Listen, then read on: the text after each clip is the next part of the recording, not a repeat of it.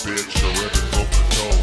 We invented the cherry tomato and Waze USB drives and the Iron Dome. Israeli salad, Uzi Stenson, Jaffa's orange crow.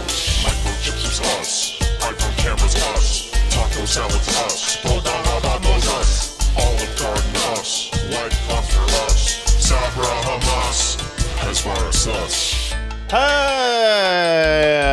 Hello, everybody, and welcome to Bad Hasbara, the world's most moral and home sweet home podcast. We back home, baby. My name is Matt Lieb. I will be your most moral homebody for this podcast. I'm Daniel Mate, domesticated and absolutely the second most moral co-host. Hi, everyone. That's right. Hi. How you feeling, Matt? I'm jet lagged. Home turf. Yeah, playing too many of those away games. Playing too many of those god dang away games, and now I am sleepy during the day. Shout outs to producer Adam Levin on the ones and twos, keeping us awake. You know, he's got a remote device that injects us with Adderall every 30 seconds so that we can, just keep the energy up. We're kind of like... like the early days of Hollywood, it was just kids that basically lived in trailer cages and they were just fed amphetamines and taught to dance. Also, like Maradona, after he scores a goal, someone brings out a bag of cocaine. That too. But, I think less physically taxing than what Maradona did. That's I feel true. like he was... I don't know how you feel after a pun, but, That's true. Yeah, I guess for you, it's your brain is always doing push-ups, ready to do some puns, whereas... I am sedentary, y'all. I am potential stroke city over here. Anyways, give us 5 stars in a review. You're not the one who picked up chain smoking on set in Jordan. That's right. I'm not the one who did that. We can tell people now, right? Yes. We might as well start this episode with a bang. A banger announcement. You listened to the last one. You saw that we were in Jordan. You didn't know why. We were alluding to there being a reason other than we love each other. Yeah, we were being cagey, and I don't mean Kevin Garnett. Yes, exactly. We finally can announce it because there is, was a PR push or whatever. It was announced in Variety today, on the day we're recording this. It's Monday, the 15th of June. There is a movie out or coming out. Principal photography just wrapped. Hayam Abbas set for timely dark comedy Occupational Hazards about a Palestinian family in Jerusalem. Just read you some of this article. Hayam Abbas. There's one very strange sentence on this page. See if you can locate it. All right, I'll see if I can find it. Hayam Abbas, who played Marsha Roy in... Hayam. Oh, sorry. I'm just so used to the band Hayam. Yeah. Who we will be talking about in today's episode segment of Ball Hasbar. What is it? Hayam? Hayam Abbas, who played Marsha Roy in HBO Succession, will soon be on the big screen in the politically charged dark comedy Occupational Hazards about a Palestinian family in Jerusalem contending with the risk of forced displacement. Basil Gondor of Thebe and the Alleys has just completed principal photography in Jordan on the timely satirical film, which takes its cue from demolition campaigns to allegedly displaced... What? Wow, I missed that. Yeah. Displaced Palestinian families living in East Jerusalem's historic neighborhoods. See a first look image above. Man... it's funny. First time reading this through, I was so excited. I missed the allegedly part of. Yeah. How can you? It's been alleged by the people doing it. It's been alleged by the videos I have seen of it happening. God damn. Okay. Well, I mean, what is a campaign to allegedly do anything? Like that sentence itself makes. I think. Probably the intern's, boss who was supposed to write the thing said, you got to throw a legend in there somewhere. Of course, there's fucking Hasbara in our goddamn Variety article. Occupational Hazards features an ensemble cast besides a blonde-haired Abbas. She's not blonde hair. She's gray hair. She's they gray. Took one look at the shot and they saw her hair was light and they decided it was blonde. They made 2 editorial calls, changed the name of changed the hair color, and said allegedly. Also includes Lebanon's Yumna Marwan of The Veil, the Jerusalem-based Palestinian rapper known as Dabur, Palestinian actor Nabil Al-Ra'i, probably mispronounced that, and apologies if I did, the teacher, 200 meters, and newcomer Wardi Eliabundi, or it's Elia Elabuni. Elabuni, thank you, who debuted with a small role in Anne-Marie Jassir's Palestine 36. Also, the film.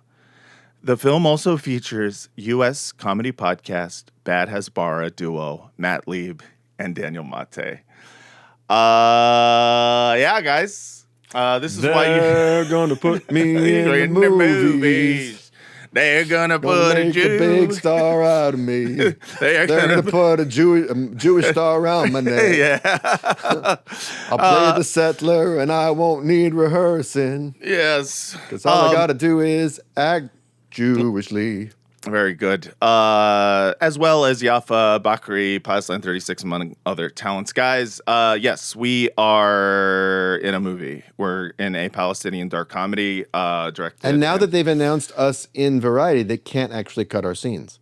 I know. I realized that's literally was my thought. I was just like, well, now we have to be in it. There's no way they can cut it. Also, the role is surprisingly big for how little we are, and we are just so excited about this. Can't wait till it comes out for everyone to see it. It's a comedy.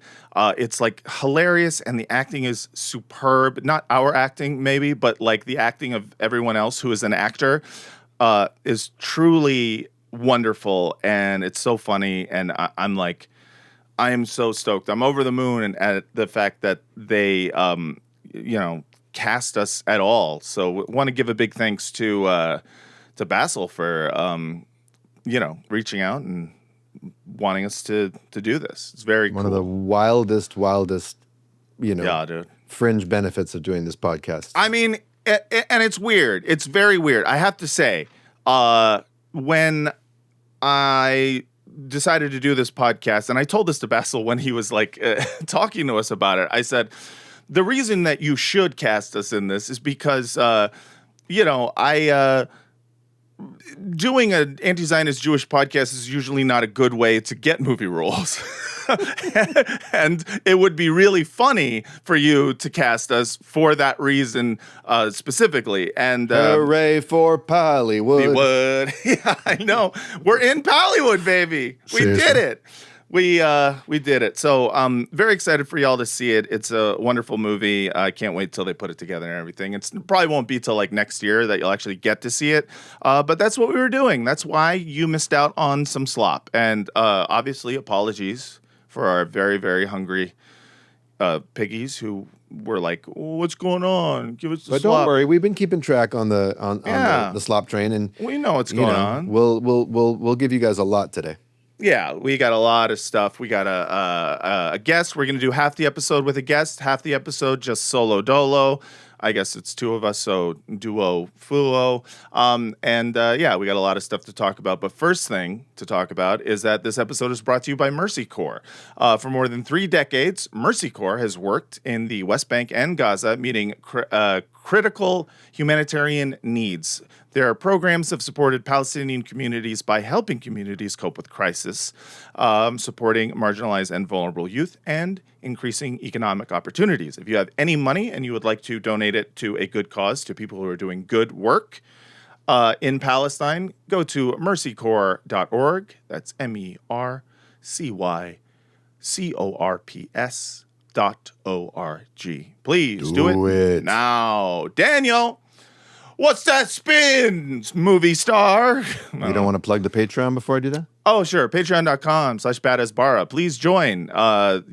This is, you get an extra episode every week. And that's true. That remains true, save for the one time we got to be in a Palestinian comedy and couldn't do it. But most of the time, yes, you will get a bonus episode every week. Please join. Do it. What's the spin?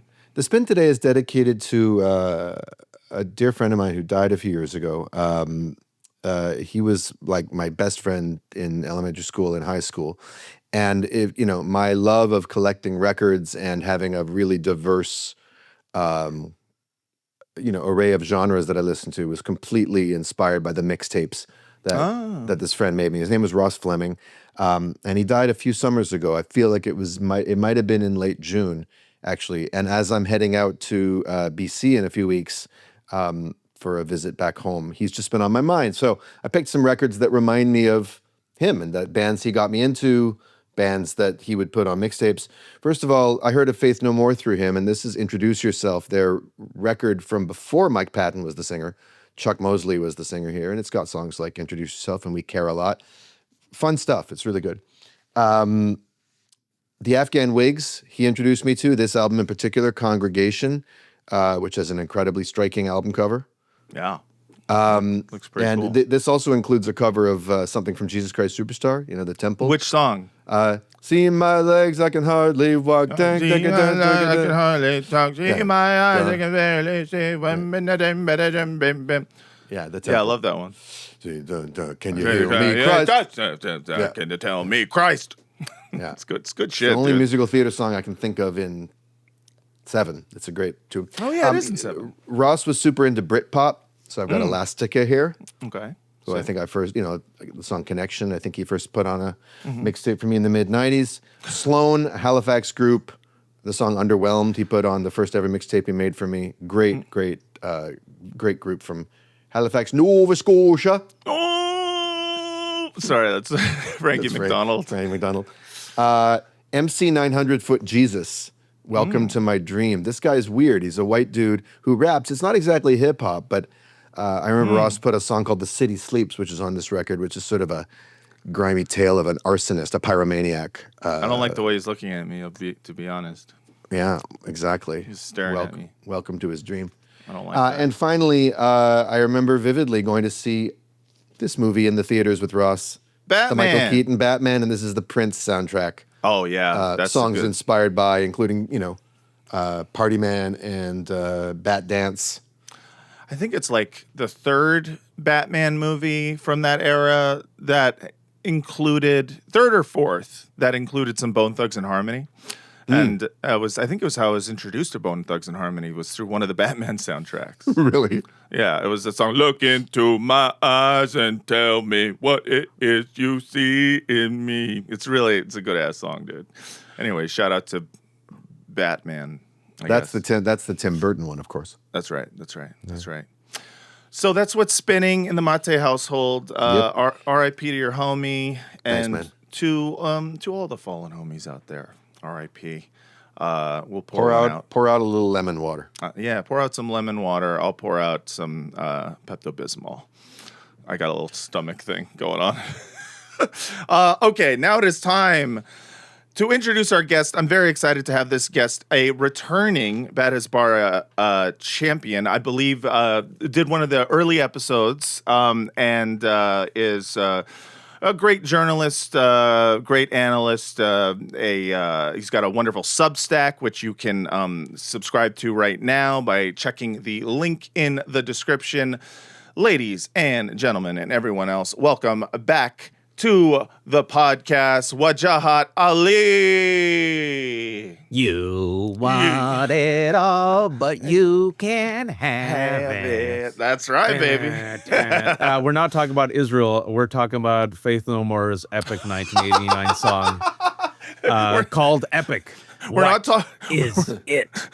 And they're from the Bay Area, I just have to say. And I was, I realized I'm an old man, and there was a tear of nostalgic pride listening to Daniel rattle off those fantastic albums. Oh, nice! It's a good era, isn't it? Solid era. I've become sort of semi-buddies with Billy Gould, the bassist from Faith No More. He was a fan of the book I wrote with my dad, and he got in touch, and he now owns a company that makes rakia, which is a Serbian plum drink, like a liqueur, and he hooked me up with a bottle of it from a liquor store in Brooklyn. It's fucking delicious. So if I don't think either of you drink, but anyone out there, I recommend checking out his rakia company, Yebiga, I think it's called. I love when rock guys go in that direction. Like, reminds me when I found out that Maynard James Keenan from Tool was like had a winery in Arizona, and I was just like, I love that shit. I love it. Metallica has a whiskey distillery now, and it's awesome. It's great. Am I allowed to look at you both in the eyes now that you're movie stars? Or actually, no. Oh, okay. I will look down during this entire conversation. Yes, please do. We're too famous. No, you can look at us in the eye. Forgive me for soiling Bad Hasbar with my peasantry. That's right. Get out of here. We immediately just go Hollywood on people. You just start backslapping people for no reason. Yeah. Just yelling at my wife. Your peasantry is fine. Just make sure you bring your pedantry too. That's right. You know what Mick Jagger apparently does? He's surrounded by someone. He literally just yells Diet Coke, and someone just brings him a Diet Coke. That's a story. I love that. It's the elixir of youth. I mean, I do the same thing, but no one answers. No. Daniel's like Rakia, and he just goes and gets it. No, for himself. I just go KFC, and I just hope someone brings me some KFC. And Francesca's like, get it yourself. Yeah, she will not do it. It is no matter how hard I yell from how far away in the house.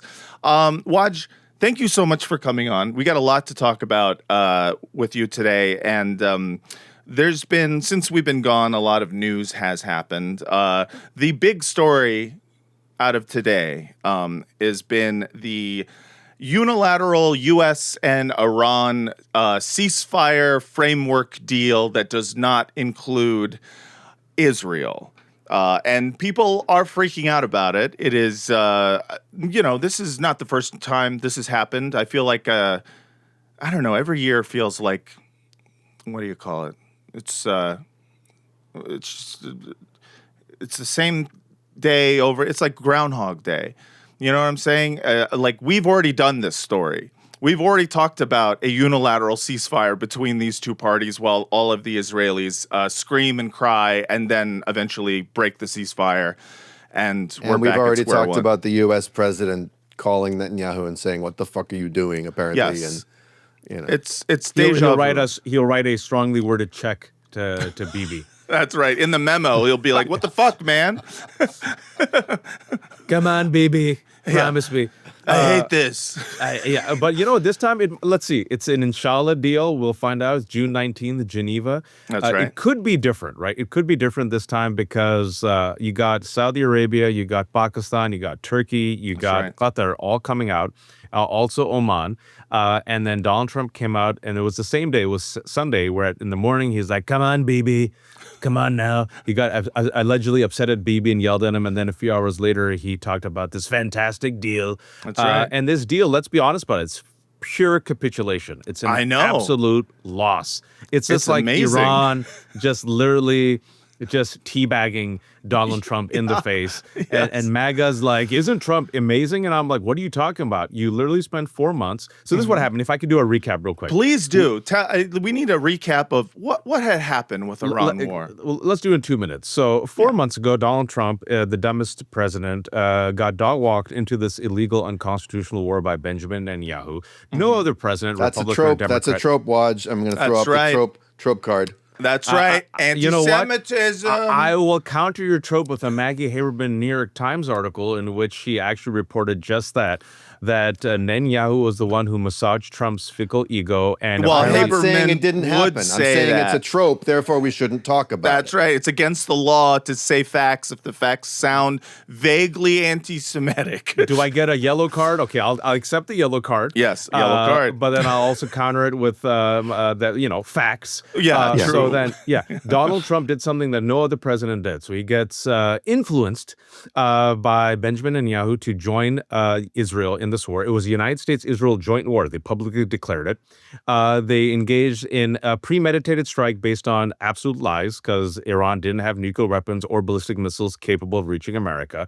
They decapitate Iran's leadership. And what they did after 4 months is they replaced the older, dying Khamenei with a younger, more militarized and militant Khamenei. Sure did. Iran realized, you know what? We don't have nuclear power, so we can't. It was a Khamenei of Errors. Yeah, that was well played. Very good. I'll take it. He does it. He does About that. 3 seconds too late, but I'll take it. No, was I'll great. take it. And so what happened instead was Iran said, all right, we war game this. We're going to engage in asymmetrical warfare through economic warfare. We're going to close the Strait of Hormuz. The Strait of Hormuz was open. Now it's closed. As a result, gas prices have now shot up. And even the Trump administration says, as a result of the closing of the Strait of Hormuz, gas prices are going to stay there until 2027. Asia Pacific region rocked.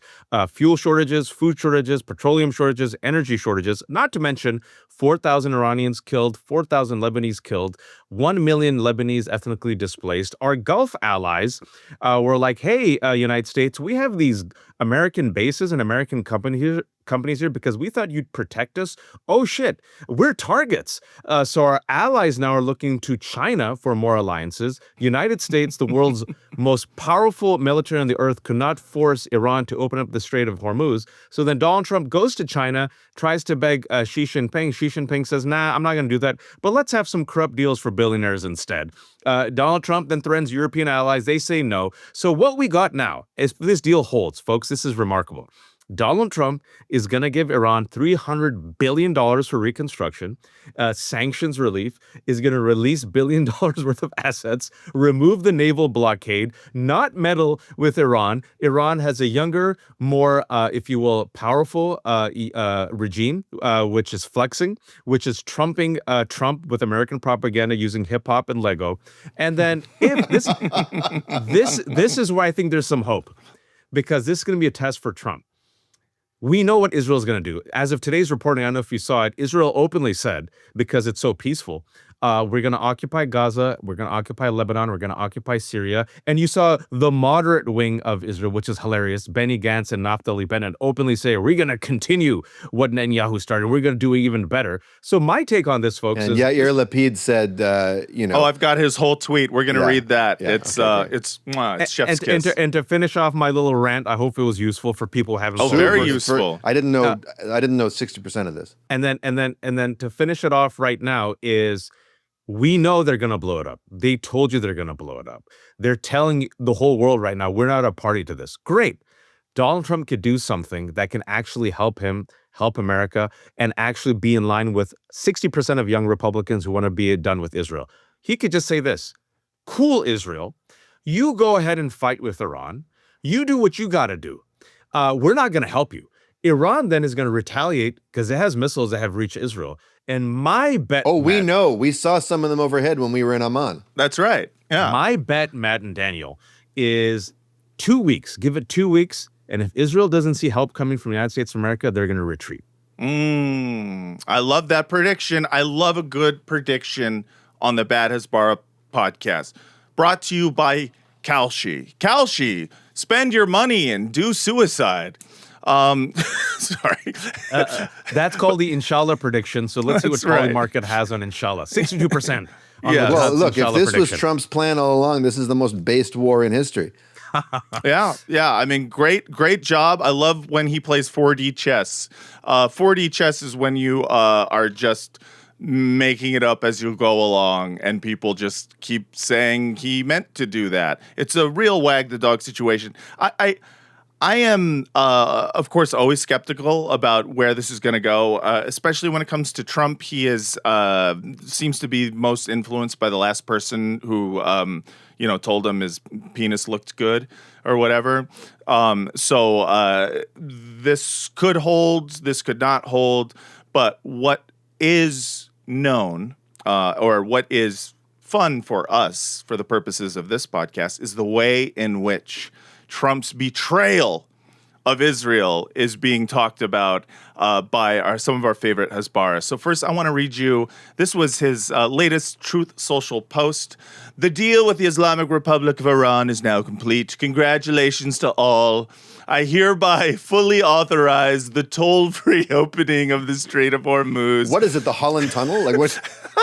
It's so funny, too, because... our barges needed an easy pass to get through the Strait of Hormuz? I just like that he still, at this point, thinks that anyone is fooled by his, I authorize, as it is my purview to do, the opening of the strait which was open before the war and closed by Iran, and we couldn't I, Donald get it J. open. Trump, the 45th and 47th President of the United States, hereby authorize the sun to rise this morning. That's right. The sun will go up, the moon will go down. At my pleasure and by my leave. And simultaneously herewith authorize the immediate removal of the United States naval blockade. Ships of the world, start your engines, let the oil flow. President Donald J. Trump. Let the spice flow. That's exactly what I thought, man. In my brain, it was just let the spices flow. It is. Is that very? Dune? It's very That's Dune. Yeah. Brianna Wu was not happy about this. She wrote, What a bummer. I mean, she was in the middle of celebrating Pride in Tel Aviv. I know. Where's your pride now? He betrayed the Iranian people, undermined our national security, wasted billions, all to get us back to where we were before. I wanted him to succeed, and he objectively, massively failed. What's wonderful about this is that you can, if you squint at it, you can think she, was anti-war the whole time. But this is Brianna and her ilk, these American Zionist influencers, all were full-throated in support of a regime change war with Iran. And we, from the beginning, both this podcast, every person on this podcast, and the left in general, said from the beginning, this is a terrible idea. If you don't remember, the United States is not good at doing this, never actually wins these wars, and just makes everything worse. And of course, they all ignored it. They all said, you're just Hamas mouthpieces, Hamas propagandists. And now they're like, I can't believe our beautiful boy undermined our national security and wasted billions of dollars just to get us back to where we were before. Right. Well, what she's really saying is, it would have been great. It would have been fine if he had betrayed the Iranian people, undermined our national security, and wasted billions of dollars if it had gotten us somewhere new. Right. Yes. If we had gotten to nuke Tehran. That's right. That's basically it. If it had, fulfilled its purpose, which was to do an actual regime change. And again, that was never going to happen. You morons. Then the illegal, unwinnable war, which killed 170 schoolgirls with faulty AI, would have been worth it. Right, exactly. Then the million Lebanese who have been ethnically displaced, it would have been worth it. Yeah. Then the war crimes that we witnessed would have been worth it. Then the complete damage to the Asia-Pacific economy would have been worth it. Then That's Americans paying $4.50 for gas would have been worth it. It all because we are insane right-wing genocidal Zionists. Yes. That's such a bummer, though, Waj. It makes me miss Madeleine Albright. I need her around to tell us that no matter what we did, it was worth it. That's right. The price was worth it. The price was worth it. Was worth it. Some of my favorites out here, Shabbos Kastenbaum. Oh, yeah. Wrote open letter to the White House. Get Marco Rubio on the air now to explain this deal. We still don't know what it entails. JD is openly contradicting himself. Never mind the fact that he believes World War II ended in negotiation rather than, I don't know, American military dominance. I just, by this logic, there is part of me that was like, Shabbos was like, this was supposed to be our World War III. And you are ruining it for us. Great job, Shabbos. This podcast definitely rolls on Shabbos. As for getting Marco Rubio on the air now, look, Shabbos, all you need to do if you want to conjure Marco Rubio is just look in the mirror and say candy ass 5 times. Right, exactly. And he'll come with his new shoes. Yeah, exactly. Say Guisano into a mirror 3 times. I mean, if you've seen, I'm sure you have a whole bunch of tweets, but the neocons, the Warhawks, the Israeli Firster, MAGA folks have been losing their minds the past 2 days. It's been exquisite. It's been wonderful, man. I mean, I love it. I love to watch the worms squirming. Amit Seeing Segal. the chicken hawks come home to roost. That's right. He did a Kissinger quote. Everyone's favorite guy. It may be dangerous to be America's enemy, but to be America's friend is fatal. Good stuff, Amit. Thank you for that. Noah Berg wrote, 90 million Iranians are still hostage to the regime. at this point, I'm convinced that for people like her, freeing Iran means like freeing them from this mortal coil. It is just about murdering them because it's international Hannibal directive. If they're hostages, we have to bomb them. That's so true. In order to save them, we must kill them. Don't you know? Right. Fools? Exactly. That's right. I'm a humanitarian. I want to free these Iranians by killing them and their children. Exactly. Like, don't you know the afterlife is what it's all about? These pro-Shah Iranians are also like just literally insane, and to see them flipping out has been kind of awesome as well. Yeah, I enjoy it. The small petty victories of life. Yes, it would be a mercy, like when these people die, they will go to heaven and be given 72 technocrats or 72 pundits, to tell them that they deserved it and explain to them why it was a good thing they died. Yes. This is just a meme I liked. Listen up, Iran. I'm actually really fucking sorry. It's a Trump meme. Just good stuff in general. I want to talk about this guy, Mark Dubowitz. Terrible. So this dude, if you don't know who he is, he works. He's the CEO actually of this, Israeli pro-Israel front group, the Foundation for the Defense of Democracies. Just a big Hezbollahist, professional grade Hezbollahist, and his cope has been saying this is all part of the 4D chess of Trump actually just needing a quick little break, a little breather before war can resume again. He wrote, refuel energy markets, rest and rearm the military, develop a plan to support Iranians to cripple the regime, enforce sanctions with relentless pressure, don't get played at the negotiating table, test Tehran early, give little, demand results, walk away fast, hit harder. This is schizophrenic. Who is he, Angelo Dundee? In the fucking corner, like, all right, get out there, hit hard. I'm trying to follow this, and it's hard. It doesn't make any sense. Is he saying that, okay, so this ceasefire is just the United States needs a breather? Because if that's the case, this is the weakest military incursion I think I've ever seen. Like, it's a self-care break. It's like we need refuel energy markets. Resource yourself. Yeah. Do breathing exercises. That's Channel energy. Get some Reiki. That's right.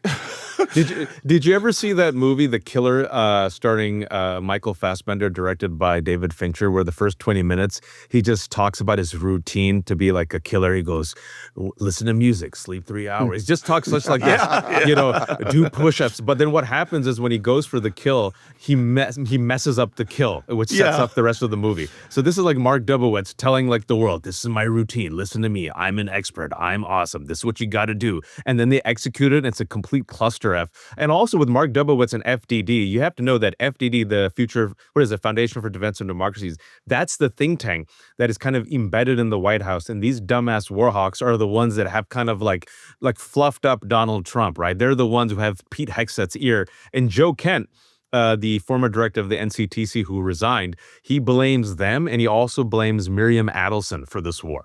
Mm-hmm. Yeah. I mean, that's the thing is like Trump is for sure surrounded by people who have wanted to get him into this war. And this is just a fact. It's just a fact. It's the people, I think, talk about what the United States gets out of it as sort of as being equal to what Israel gets out of it, as a way of sort of like flattening both of their motivations. But the truth of it is that the Israel lobby has been trying to get the United States to go to war with Iran for decades, like my whole life, essentially. And the presidents before were like, nah, we see where this would go, and it's exactly where we're at right now. So they have refused it. And in this case, they were able to convince Trump that he was untouchable, that he was invincible, that he could do this. And it's just so funny to watch those people like Mark here be proven wrong about the fact that Trump would somehow stay the course and would actually be able to do the regime change that they wanted. And now Trump will never get fooled again. That's right.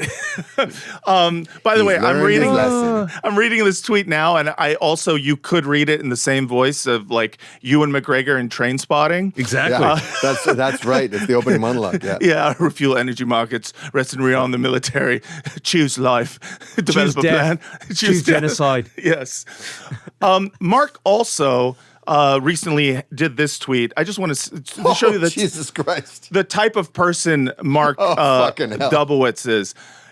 He wrote, Al Khamenei is gone. Yahya Sinwar is gone. Hassan Nasrallah is gone. Now the most public advocate for the elimination of Israel may be Peter Beinart. We'll see how Mojtaba Khamenei and Erdogan evolve. For now, Peter is out front. Mazel tov. Holy shit. He's straight out calling for the murder of Peter Beinart. And it is just, this is the type of, the double standard is so crazy that you really can be someone who's not just a public person, maybe in the private sector, but you can be someone who's the head of a think tank and do this kind of shit. Call a fucking a death threat on Peter Beinart of all people. It is just insane. So and Peter Beinart, I'm sure your audience knows, but Peter Beinart is a practicing Jew who takes his religion and his Jewish values very seriously. Yes. And the fact that Mark Dubowitz is perfectly fine, essentially excommunicating him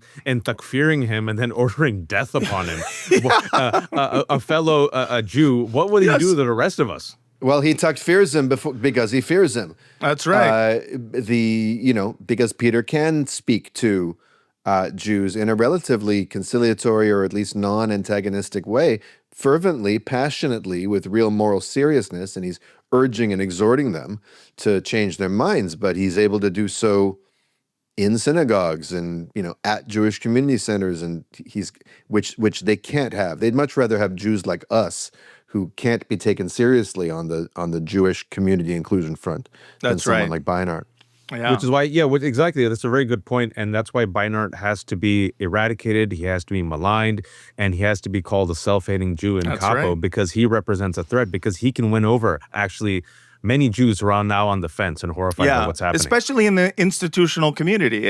Like that, I think, is why Peter ruffles so many feathers, is because he's someone who has been taken seriously by the Jewish institutional community for a long time, even, back when he first was a neocon, and then, throughout the years as he's, come to reckon with Zionism and with being wrong on American interventionist policy and on Zionism writ large. So he's someone who has name recognition, at least within the, Jewish community. So that's why they want, Tears for Takfirs. It's my favorite band. The greatest freak out has been Mark Levin. I'm so glad you went there. Well done. Mark Levin is just a ghastly human being. We covered him when there was it was like a press conference with Trump, and he called him like the first Jewish president or some weird shit like that. Trump also said that if you don't like Mark Levin, you're not MAGA anymore. Yeah, exactly. Well, that's probably most of MAGA now, because most of MAGA hates him. Well, we'll get into that, but first let me read you that tweet. He wrote, in a period of 2 months, Israel has gone from a great ally and partner in war, fighting by our side against a horrible enemy that has killed thousands of our people, killed tens of thousands of their own people, and was a dire nuclear threat intent on attacking us, to Israeli PM Netanyahu being a difficult person who should be thanking us for saving his country from Iran and should get our permission if he wants to defend his people from Hezbollah and Iran and stand down when his country is attacked. I would call that a run-on sentence, but I don't think Mark Levin has done much running in the past. Yeah, exactly. Few decades. He is running on in that one. And just yesterday, Israel's PM avenged the execution of 5 American soldiers by taking out a Hezbollah commander/terrorist and also 5 babies. And only Israel has been killing Hezbollah leaders who murder our Marine soldiers, embassy staff, and more. It seems to me A kind word is in order. How does any of this make sense? I love that kindness is free. It doesn't cost anything. It costs you 0 cents to let us do war and give us billions of dollars to do it. Can we just remind people? Can I just please. remind people, because people forget, Hezbollah was created in the aftermath of Israel illegally invading and occupying Lebanon. Yes. I just feel like it's one of those things a lot of Americans don't. Whenever you tell it to Americans, like, oh yeah, I didn't know that. So you can thank Israel for literally creating Hezbollah. Yes. If Israel had not invaded and occupied Lebanon, there would be no Hezbollah. Yeah, there we go. Hezbollah, us.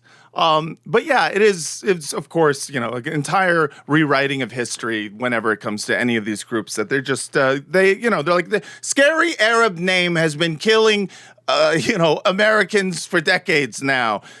Let us kill scary Arab name. They don't care about the history of it. But Mark Levin went on his radio show earlier today, I believe, and just sort of went on a rant about how he is the true voice of America and how everyone else is just faking it. Here we go. The enemy out there, whether they're podcasters, whether they're bloggers, whomever they are, they can try to project upon me whatever they want to. And they're trying desperately. Because this here, your radio station right now, is the voice of America. It's the voice of America from this microphone. America is not Piers Morgan, who lives in Britain, won't even defend his own country. America is not little Adolf Nick Fuentes, who can't decide what he is in many respects. America is not fraudster, an Epstein videotaper, Stephen Bannon. America is not Trader Tucker, who defends many of our enemies. I shop at Trader Tucker's all the time. It's great. Yeah, honestly, their frozen food section, incredible. As he trashes Christians and Jews and Americanism.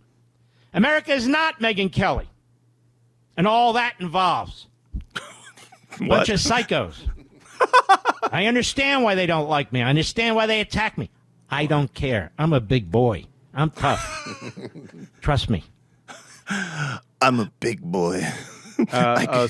If that were true, I want everyone to go check out Ben Shapiro's YouTube views. If indeed Shapiro and Levine represented, forget America, but even MAGA.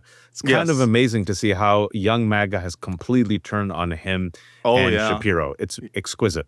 It really is. I mean, not only are they not the voice of America, but they're not even, at this point, a relevant voice outside of the moneyed interests in the party that they represent or the movement they represent. These, and we sometimes get in trouble for talking about people like Trader Tucker and talk about their contribution to the sort of countering the Hasbara machine. I think one of the ways in which they've been very successful is by showing the difference between their type of MAGA, bigotry or whatever you want to call it, their MAGA ideal, and people like fucking Mark. Like they've sent Mark and Ben Shapiro adrift on an ice float. They have. They've relegated them to absolute obsolescence. Yes, and this is a good thing. It's a good thing because when the right is fighting, everyone should be absolutely. No, that's what I said. What I told Matt, I agree with you. Told people is use them for divide and conquer. Let them fight. Use them like they're using us. So they're using us. We're not stupid. Okay, we're gonna use you to weaken MAGA. We're also gonna use you to attack, which was always this bipartisan type of mindless, unconditional support for Israel. And now the fact that the right wing is actually saying what we've been saying for years, we know that our institutions will pay attention. So use Tucker, use Kent, use Candace Owens, Fuentes. They're terrible people. I know it. You know it. We all know it. They're using us right now. We're going to use you, and we're going to use you to destroy this fascist movement and to also maybe change foreign policy so that none of us continue supporting with our money this ongoing occupation and genocide. That's 100%. The game. And newsflash to all the people in my mentions, that's not coalition building. That's not solidarity. That's Or whatever. not platforming. That's not boosting or rehabilitating. Yeah, glazing, letting into the movement. That's called politics. That's called politics. And, it's not for nothing. We'll see what happens. Obviously with this ceasefire, Israel is already breaking it. This was from just today. Breaking, Israel won't withdraw from land seized in Lebanon, Syria, and Gaza, its defense minister says, hours after an interim Iran-U.S. deal was announced. Israel Katz remarks are the first official Israeli comments since the announcement. So we don't know what's going to happen with this, but I guarantee you, if there had not been this anti-war, like stalwart, right-wing anti-war voices, like Tucker, if this had not been a wing of the party that existed, Trump would not feel any pressure to stop. He wouldn't. He would feel the economic pressure, and he would do what he has been doing with that, which is saying, actually, I love inflation. He would just try to spin it because he would have... And by the way, it occurs to me, there's another utility, if we choose to take it to this, is that they're providing an example of something, which is how even if you've glazed a party or a leader for years and are deeply invested in their leadership, that gives you leverage. When have we seen Democrat partisans of nearly that reach and power using that when Democrats are in power, using their influence? Yes, it's like C-3PO. Well, the Ewoks believe you're a god. Well, then use your godly powers and tell him to get us the fuck out of here. Ray, when someone asks if you are a god, you say yes. Yes, exactly. Ghostbusters. But Democrats, what they do is they use their power to be conciliatory to Republicans. They'll always bend the knee to punch themselves in the face. And this is shit on activists. Yeah, and to crush. 2 points. Number one, I give one compliment to Republicans very grudgingly. Just wait for it. When Republicans get power, they don't give a shit. Look at what happened yesterday. They don't care. We know this is unpopular. We don't care. We're going to do it. They never, ever, ever try to placate Democrats. Hell, they don't even care if their base is against it. Like, we want to get this done. We're going to get it done. Democrats never do that. Also, to your point, Daniel, literally the Democratic leadership has seen the polls. The overwhelming majority, every demographic now, folks, in 2026, I can't believe I'm alive to see this because I'm an old man, but every demographic of the Democratic Party is against giving aid to Israel. A majority of Americans are against it. What does Democratic leadership do?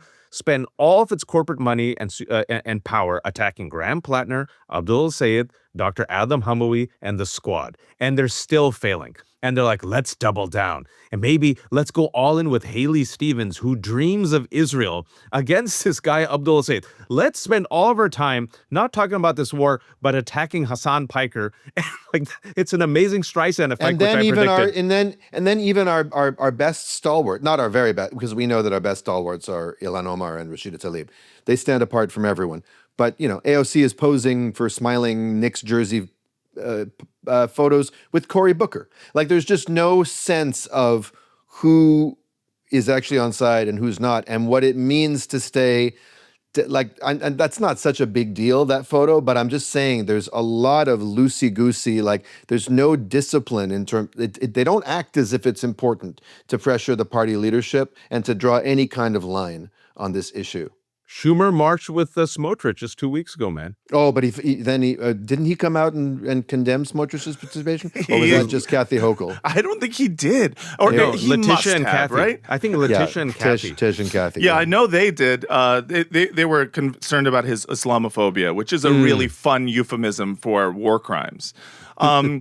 But yeah, this is, we'll see what happens with the ceasefire, and we'll see what happens with our politics and how this changes people's, at least in D.C., their willingness to come out against Israel.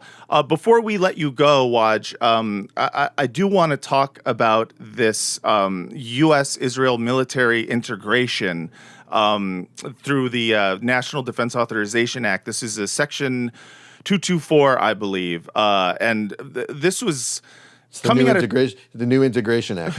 Yeah, that's right. Yeah, They've been segregated for too long. Yeah, exactly. Well, first of all, we're all against segregation, but I didn't think Israel was a part of that. So this was recently reported on by The Intercept. Congress is trying to permanently integrate U.S. and Israeli defense tech. You recently had Ro Khanna on to talk about this. Can you just tell us a little bit about what you heard from him and what this provision in this bill actually entails? Yeah, I asked him about it, and I'm so glad that he opposes it and he's leading the opposition to this. This is literally, folks, the integration between the United States and Israel, intelligence sharing, military, defense. So instead of Israel just being a client state of ours in the sense that it's a welfare state, what this says is that, no, we're going to completely sync up.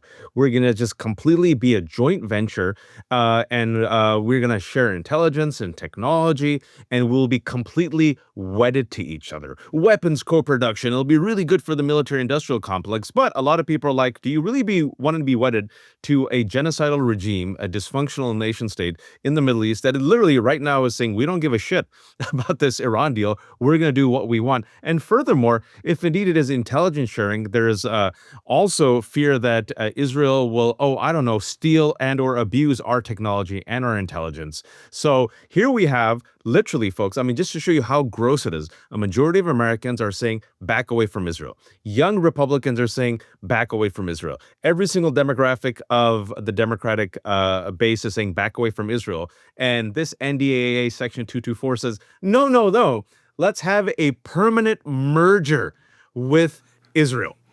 It's so crazy. It's insane too, because it's coming at a time in which this feels like it should be the most toxic. Not only are, does polling show Democrats, or at least their constituents by and large, are against any kind of military aid to Israel, but now we've got this, Iran deal, and we have this total fuck you from the Israeli side going, no, we're still going to do what we want. And yet it seems like this is going to still pass through Congress. It seems like it's not moving the needle.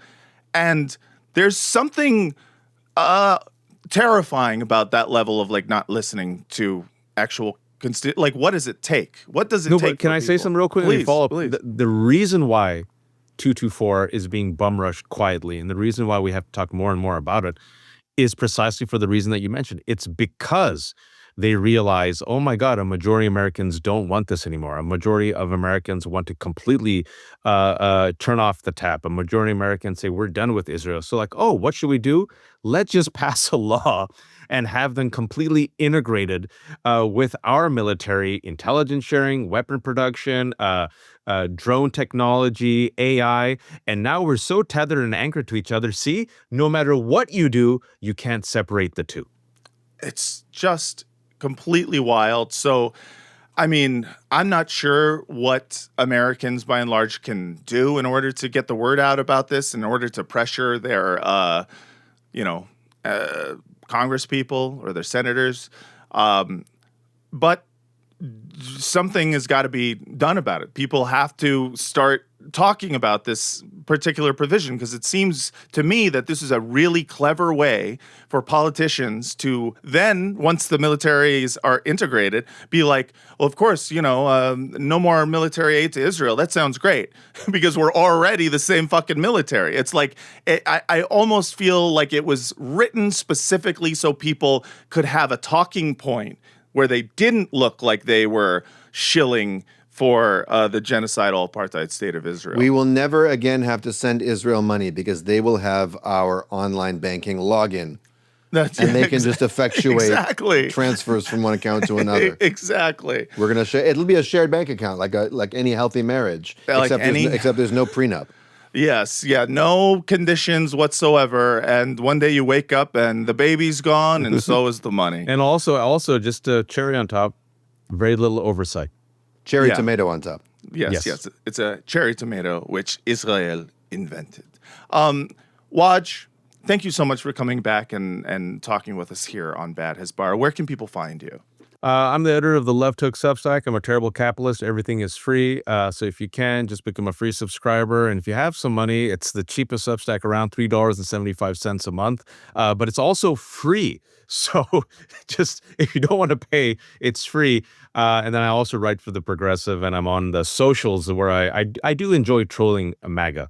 I have a little fun. It's great. It's really great. I follow you on social media and on Substack, and you do great work there. Everyone, please check it out. Waj, thank you. Thanks so much for coming on. Thanks, man. And thank you to everyone. We're going to be right back. But first, we got to take a quick commercial break, and then Daniel and I will continue talking about some bad Hezbollah. We'll be right back. And we're back. This is Bad as Bar, the world's most moral podcast. Just us, baby. How you doing, Daniel? No just us, no peace. That's right. That's right. Thank you to Waj for coming on the show and talking to us for a little bit. But we still have more podcasts to do. And so we'll do it now. We mentioned this tweet earlier talking about Yair Lapid. And I just want to read it for everyone because... this is in regards to the Iran-U.S. ceasefire deal. And Yair Lapid is supposed to represent the moderate wing of the Knesset, sort of the Democrats to, the Netanyahu's Republicans or whatever. And I just need you to see the difference between these two lines of political thinking, because if you can find it, I'm all ears. Here is his tweet about this. This is the opposition to Netanyahu and the Likud party. We still need to hope that the reports about the agreement with Iran are not true, but if they are, this is one of the most shocking failures of Israel's foreign and security policy, and it is entirely on Netanyahu's account. 1. He sold the Americans an overly optimistic script without detailing the risk map to them and lost their trust in the middle of the war. 2, he did not assemble a professional team to work with the separating elements in the American regime. Probably that's a translation from like the separate elements or the disparate elements. Yes. He failed to which is to say, like, he didn't assemble a professional Hasbara team. Yes. To have the anti-war MAGA people assassinated or right. Yes. Or otherwise disappeared. Yes, they did a bad job of getting all of the anti-war MAGA people in line, and it's Netanyahu's fault. 3, he failed to convince the Americans to bomb Iran's oil and energy facilities and did not close the matter in advance. Always be closing. Oh, ABC, baby. 4, he failed to convince the Americans to include the issue of ballistic missiles in the agreement or even in the negotiations. 5, he downplayed the importance of free passage in Hormuz. The possibility that the straits would be closed was raised before the war, but no serious discussion was held about it. It was absolutely, he was warned in advance. I'm sorry, I hate Netanyahu too, all right? But the idea that, like, it's Netanyahu's fault that they didn't properly prepare Trump for the why the war was going to go badly is insane. Trump made this decision with Netanyahu just saying, "Go do it, idiot. It'll be fun, you fucking moron," and he did it. This is. I don't know what Yair Lapid is trying to do other than say, if I had been the prime minister, I would have made sure that Trump stayed in this war for as long as possible because I would have properly prepared him for how badly it was going to go for the United States. It's like, this is great. It's great stuff. 6, he pushed the Kurdish plan without taking into account the expected Turkish response and Erdogan's influence in Washington. 7, he did not take into account the significance of rising oil prices in the U.S. just months before the congressional elections. 8, he did not take into account the significance of lifting sanctions and fueling tens of billions of dollars into the Iranian economy under the supervision of the Revolutionary Guards. 9, he did not take into account the possibility of bombing the energy facilities of the Gulf states and failed to leverage the ties with the Gulf states to bring them into joint combat. 10. Like, at this point, he's saying the problem with Trump is, or with Netanyahu, is he failed to start a world war. That's what he's saying. This is starting to feel like that Echad Mi Odea song from Passover, you know, when you count down the different numbers. Echad Mi Odea. You know, when one is God, 2 is the tablets, 3 is the patriarchs. You know, like, anyway, it's kind of sounds like familiar. It's a 12 Days of Christmas kind of song where you count down numbers, and these things are getting longer and longer and longer as you go. Sure. Never mind, keep going. It's just, you know, for me, I guess that's the one part of Seder where I just go, hey guys, I just came here for the disgusting food. Yeah, that happens at the very end. So you. I never make it there. You're probably already gone. I never make it. That's how those things end. I usually just find the Afikomen and then leave. Just think of 12 Days of Christmas, except as sung by Jimmy Vollmer, so it never ends. I'm thinking more like Brian McKnight. 1 is like a dream come true. 2, I really want to be with you. 3, it's plain to see that you're the only one for me. Shout out to Brian McKnight. Let's see. 10, he failed to rally global public opinion for a renewed war between democracies and a fundamentalist dictatorship. 11, he appointed a team at too low a level for negotiations with the Lebanese government. 12, in the middle of the war, he replaced the head of the National Security Council, the head of Mossad. No one replaced Drummer as an advisor. 13, he continued to tell everyone, we changed the Middle East. The problem is that due to negligence, arrogance, and absence of a suitable professional team, I love his insistence that the team just wasn't professional enough, and judgment influence. Look, go easy on the Spurs. They're young. Yeah, I know. It's like, they're going to learn from their mistakes. Wemby is 22. He's not a vet yet, but he will be. And judgment influenced by other things, he changed it for the worse. Last sentence is, it can be fixed. It must be fixed. Netanyahu can no longer fix it. We will do it. Hey, good luck with that, man. Really. It's so good to know that Israel can be saved through good government. Yeah, through doing the exact same things, but better. That's right. Exactly. Yeah. Do it, but win. But what if we did it again, but we won? Anything you can do, I can do better. I can do anything better than you. Low, you can't. I can. Low, you can't. I can. Low, you can't. Yeah. And then over and over again. Any war you can start, I can start faster. Oh, man. I can bomb hospitals better than you. So we'll see what happens with the whole Iran thing. Before we move on, I do want to play this one video from Batya Ungersargen. Bunga time. Yeah, it's time for a little bunga Batya. She out here talking about Jews. Now, she usually out here talking about Jews, but here's the thing.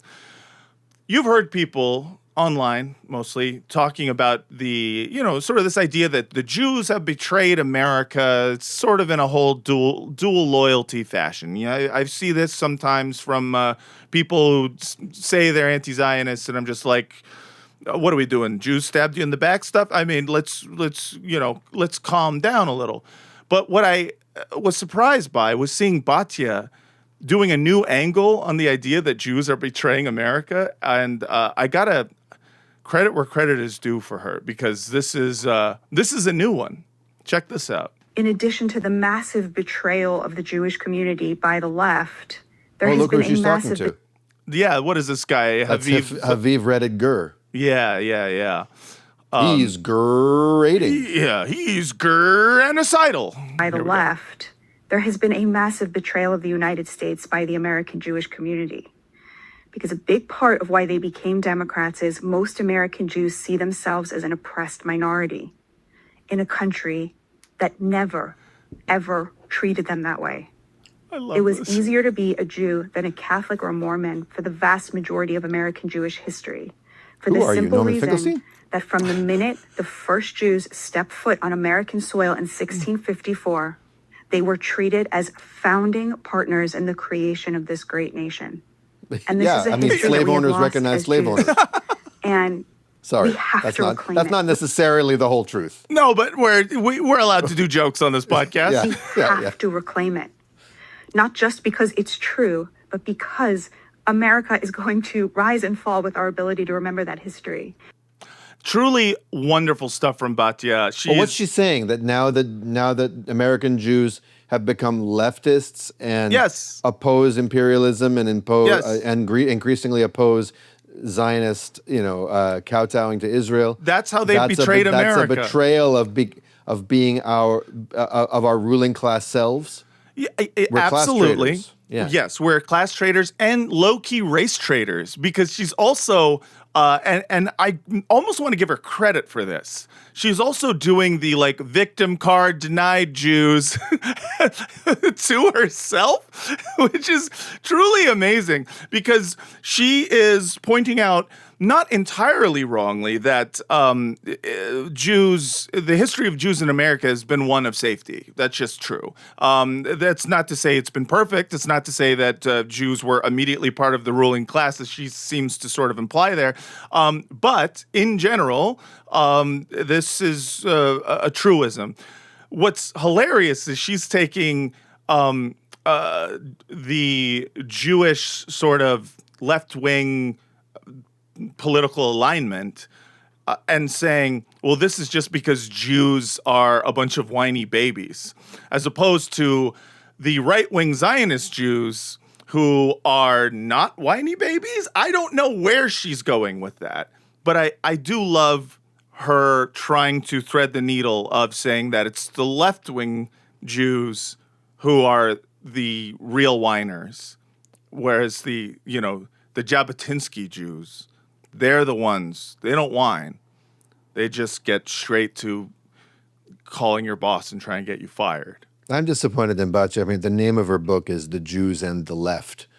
Yeah. Left Behind was right there. That is weird. Left Alone. Yeah. I didn't leave the left left me. Yeah, why I left the Jews. Yeah. She should have called it that. Shout out to Batya. Truly one of the most interesting brains I've ever seen on a sentient human being. I want to... Allegedly. Allegedly. That's a good use of the word allegedly. That is a good use. I want to move on to something that we saw happening while we were over in Jordan and didn't get a chance to talk about on the Jordan episode of the podcast. I want to talk about Lizzy Savetsky and Elon Gold. Can you, Daniel, maybe, do you want to introduce this, or should I just go straight into this video? Well, no, sure. I'll just say that this is a video from the red carpet at Tribeca. Yeah. I'm sure the red on the carpet reminded them of triangles and was triggering for them. Very triggering. Yeah. They saw a free parking sign, That's exactly right. And they were speaking about a movie that I think Elon Gold is a producer on, called some kind of rabbi matchmaker or wedding. Like it's some sort of comedy about a Yentl. About a yenta. A yenta, yeah, that's right. Yeah. Doesn't matter. Doesn't matter. And they're riffing. They're just engaging in some banter. Two normal people having normal good time. Yeah. Mm-hmm. Two human. Two human doing a red carpet vox pop. That's right. That most humans do. And caused a little bit of a stir with how the riffing went. And here's that video. Tribeca Film Festival, which is a very prestigious It's like a really big deal. It's a really big deal, and for a film made in Israel, that's pretty damn cool. Now, why did he point to the ground at Tribeca and say Israel? I don't know either, other than he's maybe pointing to a new target of greater Israel. From the river to the sea to shining sea. From the East River to Avenue C. Yeah. No, from the Hudson River to Avenue C. Yeah, there we go. I was only raped by 2 Israeli dogs. They only rape Palestinians. No, I got also a dog. So if you heard that, and also there's music in the background. This is the Al Jazeera's, cut of this video. That's why they're sad. There wasn't sad music over the background of the original video. But yeah, he is making a joke about the recent reports from the New York Times, Christoph's article, as well as obviously a bunch of human rights organizations in Israel saying that they used dogs to sexually assault Palestinian prisoners. And that was his wonderful little joke about it. Now, when I first saw this video, I didn't know who he was. She was the only one I recognized. Right. With her, heavily filtered mug. Yeah. Like her face, I don't think that video was filtered, but her face just looks like it. Dude, it's chopped and screwed, dude. Chopped and screwed, They got a DJ remix on that mug. That's right. I mean, and listen, all power to anyone who wants to cut up their face and make it into something, but Jesus Christ. No, the smoothing on it is out of control. So I didn't recognize him. And then when I saw that it was Elon Gold, I was like, oh, it's my old buddy. That's right. Because almost 3 years ago now, this guy that I'd never heard of before slid into my DMs on Instagram, and he said this. Do you want to read his messages and I'll read mine? Sure. You're damaged. You're This a is lost December Jew. 8th, 2023. Yes. You're damaged. You're a lost Jew. You think you know the truth. That's but That's a great Prince song title with the Yeah. You think you know the truth. That's right. But here's the truth. Like your family who was killed in the Holocaust, you will be killed in the next one. You promise? The fact that you can claim that Israel is exaggerating the rapes makes me realize your fate is sealed. You will be cursed forever for standing with the rapists. Perfect. Yes, it must be really horrible for someone to deny reports of rape, especially when those have been vetted and at this point proven by Israeli human rights organizations, as opposed to the ones he was talking about. Right. He thinks it's bad to journalistically verify and scrutinize claims of mass rape. That's right. And to speak about when those reports have been debunked. What he's saying I should have done is to go on a red carpet and mock the Israeli women who allegedly were raped. Yes. Yeah, it is truly an amazing tweet to find. You're like, oh, I know that guy. We've talked about this subject before. That's right. And so I said, what's up, Elon? Not every day I get hate mail from a verified public figure. I did not know who he was. Apparently he's guested on Curb Your Enthusiasm. He's literally some guy in the stand-up comedy community. Yeah. I said, it's a nice change of pace from the rando hostility. What sort of interaction are you looking to instigate here? A productive exchange of views? A heated but respectful argument between two Jews who see the world differently? A battle of witty barbs we can both then screenshot and show off to our followers for those tasty clicks? A phone call? Or just a barrage of personal insults and issuing curses? The last one sounds boring to me and will probably just induce me to block you. Oh, you're a clever Jew. He just wrote you're clever, but I'm going to be embellishing. And I enjoyed your debate with my pal Rudy, who is putting his life on the line to save people like you who have no appreciation for our only safe refuge in the world.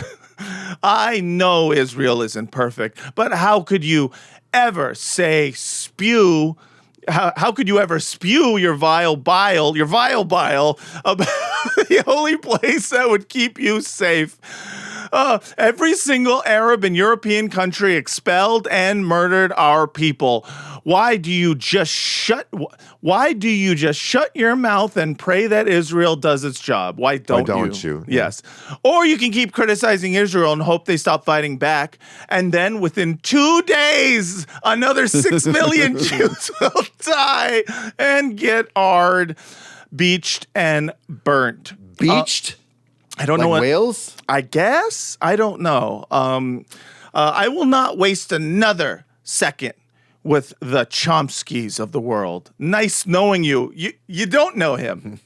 Word. Well, thanks for stopping by to waste a few seconds, at least, until you got an actual human response. And thanks for the Chomsky compliment. It's his 95th birthday today, so I'm especially honored. Well, hey, this was before reports of the Epstein, how it goes. I'd still be honored by the compliment. Yes. I don't give a fuck. Yes. It makes me so sad when God, G/D, gives people like you and him such gifts and a genius brain, and then you squander that gift with your twisted take. I'm sorry. The rabbis have wrestled for millennia about why Hashem gave us the capacity for independent critical thought when conformist tribalism is so much easier and more fun. It's a real mystery. One man's conformist tribalism is another man's never again will they wipe out our tribe. And I said, absolutely, fair point. By the same token, one man's only safe place for our people is another's suicidal death cult founded on a distortion of Jewishness and deep self-hatred since early Zionism that is approaching its end stages and is currently the single biggest driver of danger to Jews worldwide, and I wouldn't live there if you paid me. Oh, I love how long this one is. I didn't know this is great, dude. Holy shit. This is history right here, this exchange. It really is, dude. Putting this shit in the Talmud. The only single biggest danger to the Jews worldwide is not Israel or Zionism. Rather, it's baseless hatred of Jews from the left and right. And also Jews like you who falsely blame early or current Zionism on why they hate us. Okay? It's so insane that after crusades, inquisitions, pogroms, and a Holocaust, you can somehow distort modern Jew hate into some anti-Israel thing. Jew hatred never had anything to do it's wild he was able to get this out typing with one hand and furiously masturbating with the other. He's priming the pump. Yes. Let's see. And Holocaust and Jew hate into some anti-Israel things. Jew hatred never had anything to do with Israel and never will. They're killing Palestinian babies is the same blood libel as they're drinking the blood of Jewish babies. I think he means Christian. Yeah. Yes, Gazans are getting killed. But only because of Hamas's actions and their own inability to accept peace with Jews. We want to coexist. They don't. Pick a fucking side. And this time, make it the side of peace and coexistence. This is insane. This is a type of post-October 7th brain rot that I had, at some point I swore off completely. Because it'd be just all I want is peace. And you're out here telling them to cease fire? And I'm like, yeah. What do you mean? All I want is to live in peace and coexist with my neighbors, and you're saying I can't bomb their schools? Just truly. Yeah, those were the days. Those were the days, man. Pick a fucking side, and this take make it the side of peace and coexistence, not the side of rapists and genocidal murderers. And be grateful that we have reclaimed our right to self-determination in that ancestral homeland. You know, the land my mother was born in 1936, and from where we all emanated. Well, I wasn't going to bring up his mother, but... and then I said, don't straw man my argument. I mean, he already brought up his mother when he talked about being beached. I'm calling his mother a whale. I guess he's the squid. Don't straw man my argument. I didn't say Jew hatred starts and ends with Israel. Obviously, it doesn't. My great-grandparents weren't murdered in Auschwitz because of Zionism, and the KKK isn't a Palestine solidarity group. As for picking a side, I have the Jewish values of truth, love, and justice. No matter who that means, I have to oppose, which also means some courage in the mix. Truth, love, and justice means being a Zionist. Lies, hate, and injustice is a side you're on, my friend. Yeah, we can end it there. I'm not your friend, buddy. I'm not your buddy, gay. I'm not your gay friend. I'm not your friend, Zai. Oh, so that is so that's him. He's a real psychopath. He's a real psychopath. And, but we know who wears the pants in that comedy duo. It's Lizzy. It's Lizzy. Yeah, Lizzy's going to stand tall, probably 12 toes down. Yeah. Whenever, she's a mutant. And the New York Times wrote an article about this and contacted her for comment. And rather than give them a comment, she made this video explaining herself. And what I love about this video is essentially she validates this entire podcast. This is like a paean, an elegy, an ode to what we do here, except she thinks that's what she's doing. Yes. And here it is. Trigger warning for those of you who have a deep fear of uncanny valley-like stares. Here we go. So the New York Times has just reached out to me for comment about the other night on the red carpet. Claire, here's my comment. Claire, you work for a publication that is responsible for perpetuating the absolute worst blood libels against the Jewish people since the times of the Holocaust. And hold on. I canceled my subscription to the Times of the Holocaust. I couldn't subscribe to both the New York Times and the Holocaust Times. It just was too much bad news for the morning. It's not my favorite newspaper. The Times of the Holocaust. Holocaust Times. Her left eye planning an escape from her face. I know, it does seem like it wants to jump out. The most recent ridiculous claim that the paper you work for published was that the Israeli Defense Force trained dogs to rape Palestinians. Now let's just think about this for a second. Oh no. Because this is both anatomically and physiologically impossible. Doing this? Both anatomically and physiologically. But both at the same time? That's crazy. I'm glad you made that distinction. Yeah. I love that she's going to do the thing they all did, which is explain the science of dog fucking. She's going to try to erase the great work of Dr. Klaus Barbie. Yeah, exactly. A human. Your publication published this piece with zero evidence. And we're all just supposed to sit here with a straight face and take it like it is. Well, hold on. Straight face. Look at that straight face. I don't think. Straight face. Listen, if you can sit with a straight face, do it. But I've yet to see it. Some sort of truth. If you want to talk about actual rape, then let's talk about actual rape, like the mass rape of Israeli women on October 7th and onward, like the daily sexual assault of Israeli hostage Arbel Yehud by her Palestinian captors for 482 days, which your paper has yet to address. Now I'm sorry. Are we now accusing the New York Times of not saying not spreading the now mostly debunked hoax that there was a mass systemized rape movement within Hamas that used rape as a weapon of war? It's just crazy at this point. No respect, I tell you, no respect. I know. They worked so hard together, they had the Pulitzer Prize winner and two random Israelis wrote that thing. Come on. The idea that a joke made about this disgusting anti-Semitic blood libel, a joke made by a Jewish comedian on the red carpet of a film festival, which is a forum that is meant to spark dialogue through the arts, through humor.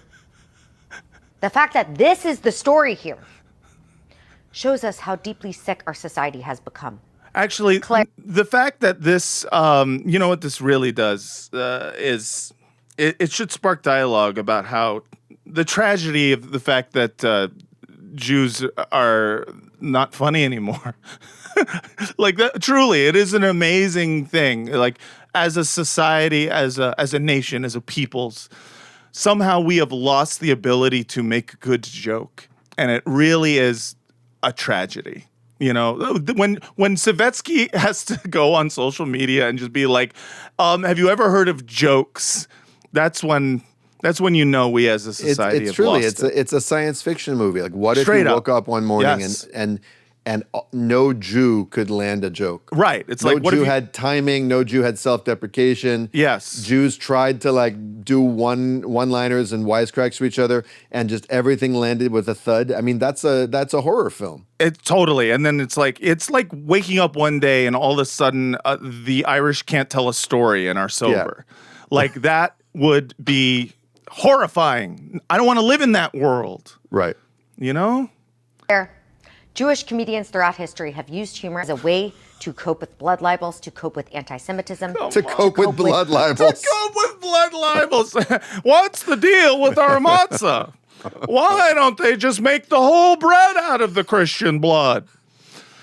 fucking idiotic lies and propaganda, like the ones your paper spreads, to cope with our never-ending generational trauma. Our never-ending Claire, humor. generational trauma. Oh my God. It just never ends somehow. It never ends. It keeps going and going. Energizer bunny-ass generational trauma. I'm so glad intergenerational trauma discourse has reached the Lizzy Savetsky set.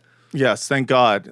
Certainly it will be used for good. And the arts are tools to be used to address real issues and to shed light in a way that gets people thinking and talking. And that is She's what a big Elon was proponent trying of to the do. arts of comedy I love it. as a way of coping with horrors. She loves our podcast. I love it. She's like talking about dog rape jokes, and she's like, it's funny, but it also makes you think.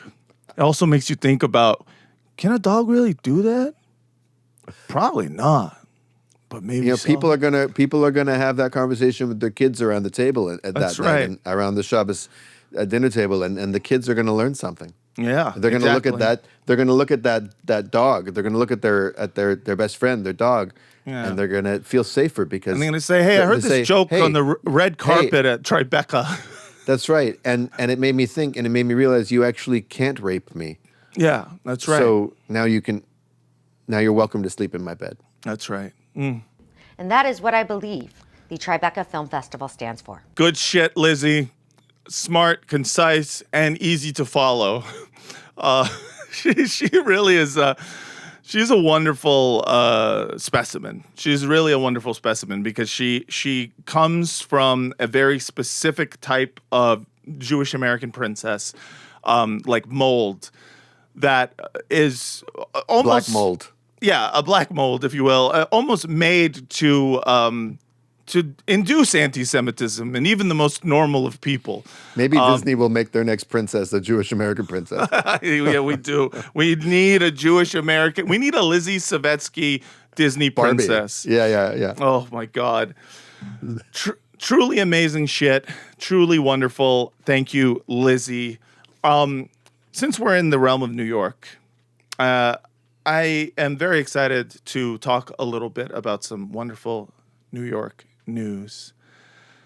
In our segment, Ball has Bara. I love Israel. Give me all your tax money so that I can buy weapons. Oh. Concrete jungle of which dreams are made. I have to think about the fucking syntax of that lyric. Concrete jungle where dreams are made of. Yeah. Made of what? Yeah, that was, listen, it's not ever been a good song. And I will admit to feeling a lot of feelings of cringe when apparently everyone broke out in a song after the Knicks won. It's huge. It's huge cringe. It's just one of, it's really funny. So, without bearing the lead, the New York Knicks, after burying the lead, that's what the San Antonio Spurs do. They buried their lead in Game 4 and in Game 5. The New York Knicks have finally won the NBA championship for the first time since 1973. That team won. This is so long ago that Phil Jackson was playing basketball on that team, which is kind of incredible that it took this long for such a big market like New York to finally do it and win the NBA championship. But they did, and it was very exciting. Everyone was celebrating. Some people were singing that shitty-ass Alicia Keys song. I don't like that song, and what's even funnier is that my wife, Francesca, hates that song. And she saw like a video of everyone singing it and celebrating, and she's just like, "Oh, these fucking, people like fucking." She was low key just like shaming anyone who was listening as like tourists or whatnot. She lived in New York for a very specific period of time, and that period of time was made obvious by what she chose as a actual New York anthem. I Smell Pussy by G-Unit. I was like, wait, so this is your New York song? And she was just like, G-Unit. I was truly, my heart grew 3 sizes that day. Shout out to Tony Yayo, 50 Cent, Lloyd Banks. and Lloyd Banks for that shit. But it was very exciting. Everyone was celebrating. I was incredibly happy for the city of New York, incredibly happy for Mamdani, and, an incredible confluence of things happened to make the New York Knicks actually win. It felt very good. And then Israel was like, how do we get in on this? So there was a meme going around. My Muslim mayor, my bagel's Jewish, my Christian Dior, Knicks in 4. They lost game 3 as soon as Trump showed up. So they didn't do it in 4, but they did win in 5. And Israel put this out as soon as they won. They wrote, your bagels are Jewish and they are delicious. But don't forget about hummus by the seaside. Israel in 5. All right, let's go through the elements of poetry, shall we? At least the poetic template set by the original meme. Yes, there are all kinds of poems, right? Free verse or whatever. So there's meter. This fails. Yes. There's rhyme. No rhymes. I mean, you could argue a slant rhyme between Jewish and delicious, or seaside and 5. Right. But you could do better than that. And then finally, what the fuck does it mean? I don't know, dog. This is the most desperate thing I think I've ever seen. Like, this is for the first time I read this. If a friend had tweeted this, I would have called their family and said they are in crisis. Because this is one post before a really desperate post for help. Like this feels like self-harm is about to happen. What does Israel in 5 mean? I don't know. Israel in 5 illegally occupied other people's territories? I don't know. Is it a best of 7? I guess there was a lot of fronts on the war. Yeah. But also Israel in 5 would admit then to losing one of them. I guess Iran? I don't know. I don't know what he means, Israel in 5. 5 what? Well, our name is Israel, and we're here to say that we're dog shit rappers most every week. And we loved, very good, not rhyming. And we love to have sex with dogs. Everyone knows, covered in fog. You know what? I think let's do a little bit of freestyling. I think we're doing great so far. This tweet is fantastic. It's truly just trying to butt into a cool kid conversation, I guess. Stealing baller. Yes, very much so. And this was not the only time in which the, joy of the people was somehow being siphoned by Zionist ghouls.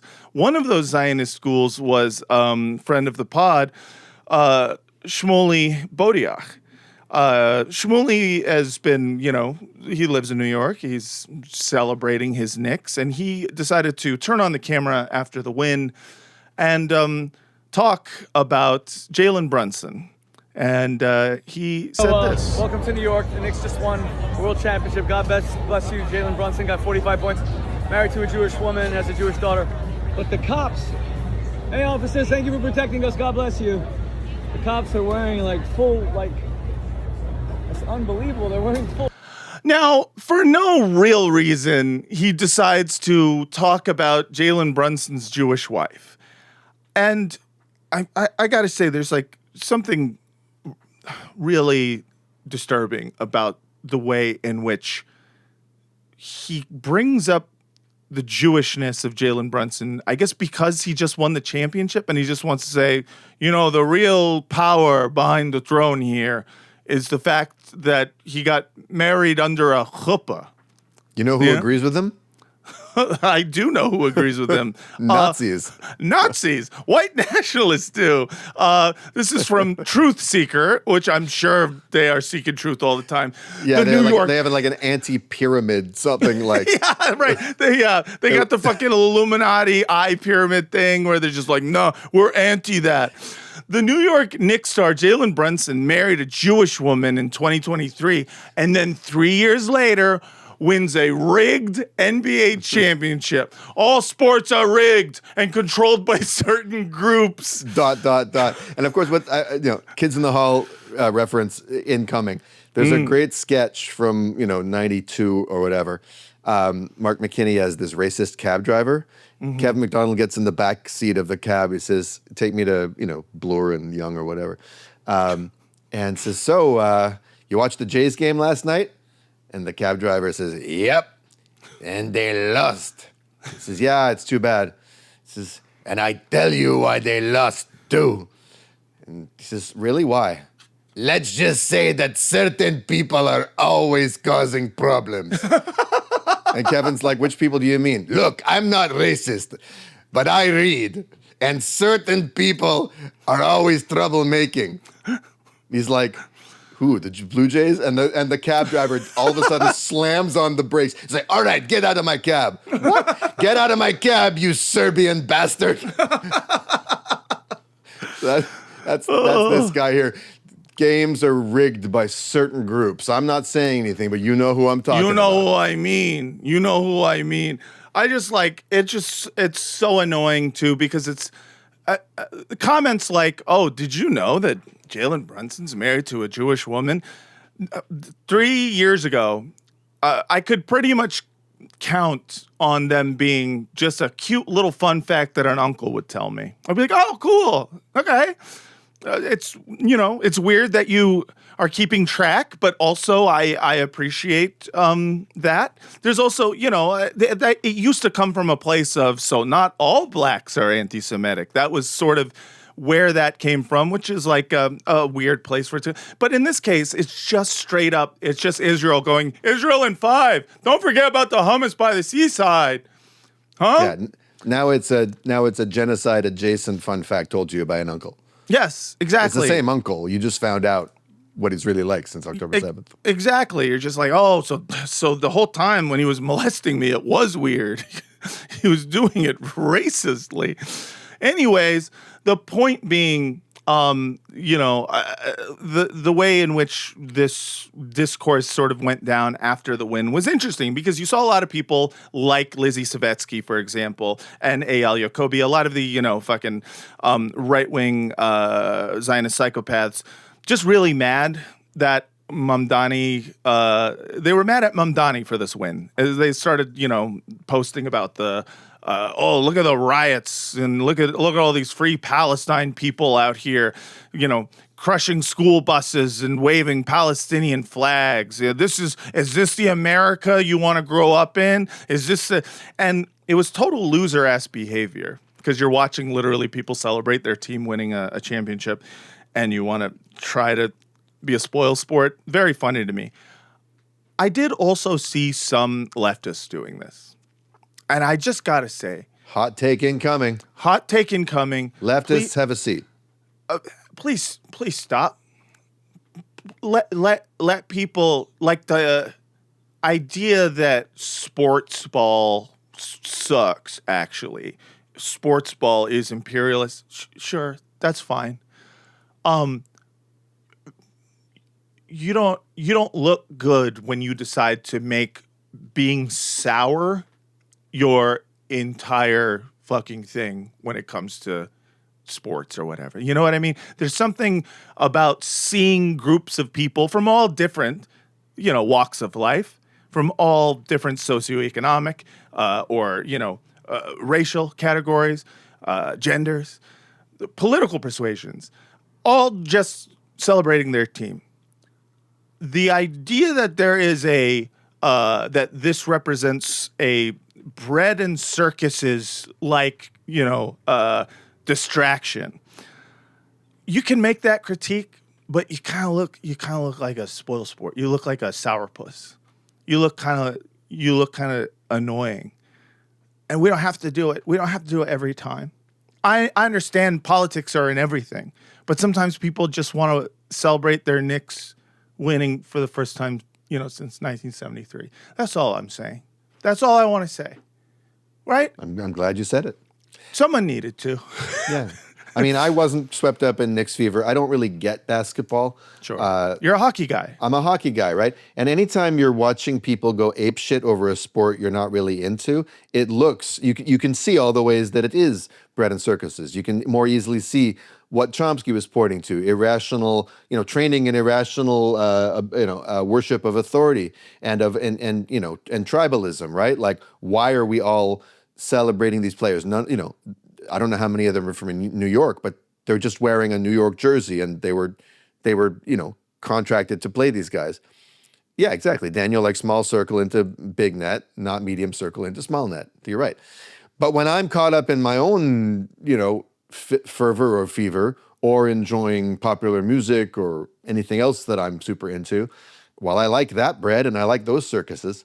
So, yeah, I watched the first quarter of the game and I got irritated. I was like, these guys aren't shooting. Like, I remember basketball as being an elegant, graceful game of like fucking archery. Yeah. Archery and athleticism. All and I just alley-oops. saw guys.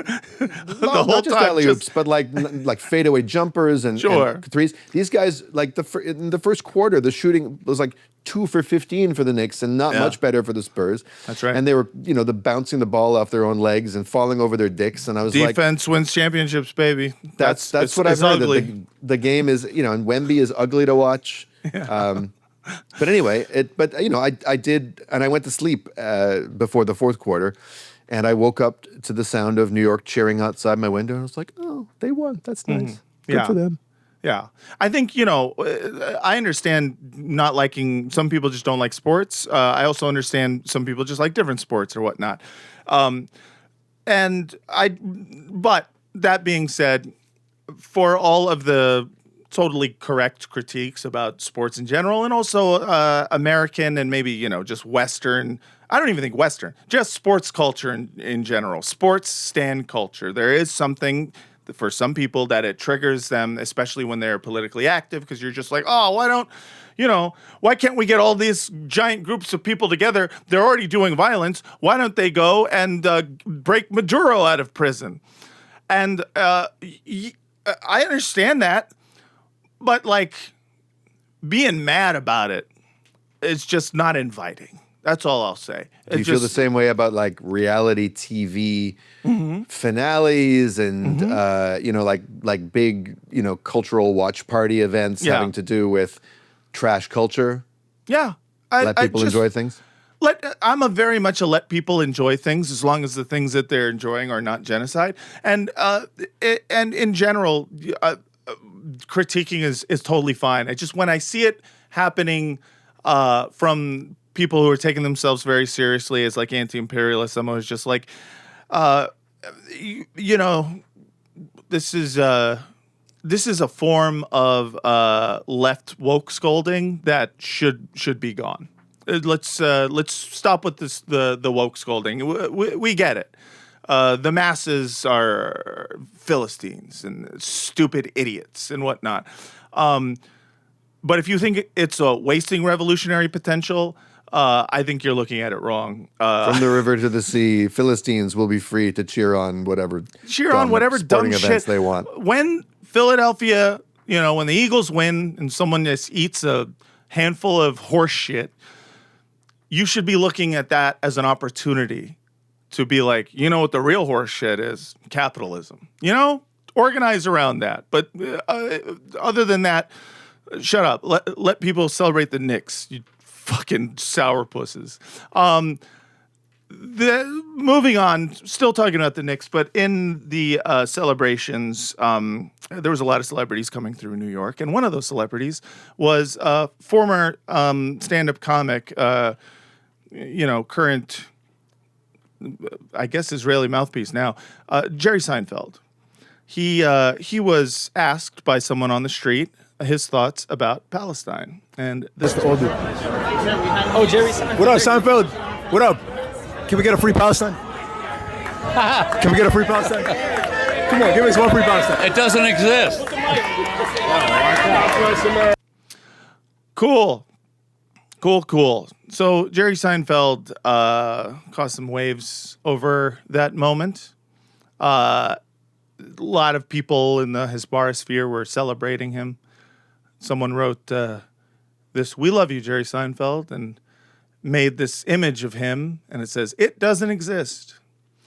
To which I wrote, "It is the age of consent." Then that's just a reminder to anyone that when he was 39, he dated a 17-year-old, would pick her up from high school. Not trying to get in an argument about what the age of consent is in New York. So if you have some thoughts, type them into a Word document and don't send them to anyone. But yeah, there was just sort of a general dismissiveness, and he has been getting deeper. Well, she was just 17. You know what I mean. And before too long, I took her to her driving test.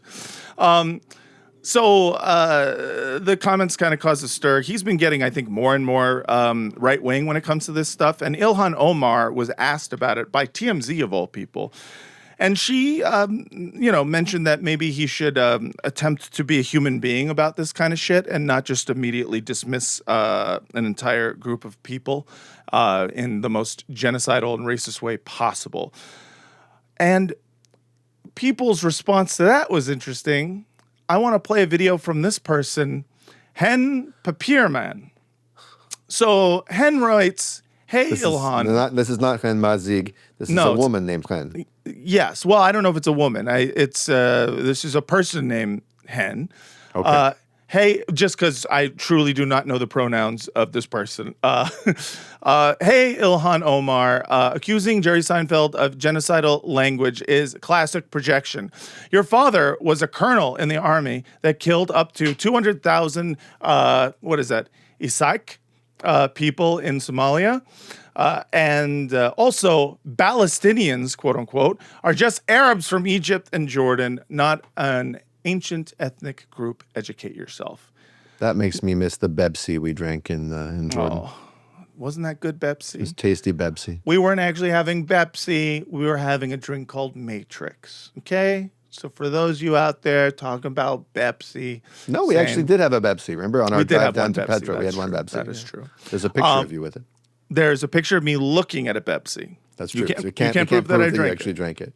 Well, that one actually wasn't my Pepsi, but I did have a Pepsi while I was Did we find out that Pepsi is also on the boycott list? Pepsi is not on the boycott list, is the thing. The boycott list. I'm going to change the P's to B's, but I'm also going to change the B's to P's. Just Fair letting enough. you know. Apparently not. No, the company itself has products under it. I was looking at the official BDS boycott list, and it seems to be not necessarily the drink itself, but SodaStream, which was acquired by Pepsi and stuff like that. And I'm a official BDS list subscriber. But this video itself, I haven't watched this. Is this your video that you sent over? I just want to I want to hear the words that are going to come out of Hen Papierman. Let's hear what she has to say. Ilhan Omar. Oh, all right. Okay. That's a fun way to start. Is that how we're starting? Really? Yeah. Hen?